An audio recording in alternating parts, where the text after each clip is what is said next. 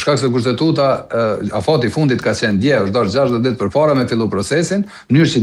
dje me pas na presidentin. Jo në afatin e fundit, me majtë seancën e me tentu me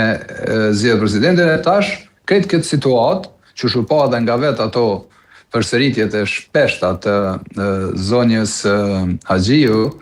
kryetares kuvendit, e cila me çdo kusht tentoi që me e paraqit opozitën si fajtore, pastaj edhe disa deklarate televizit dhe vendosi se gjithë ky proces është bë që me e fajsu opozitën në fund që nëse shkohet zgjedhje, se ata janë të vetëdijshëm që në zgjedhje kemi me shku, tash shkojmë brenda 45 ditë, që ta shkojmë ndoshta pak më vonë, e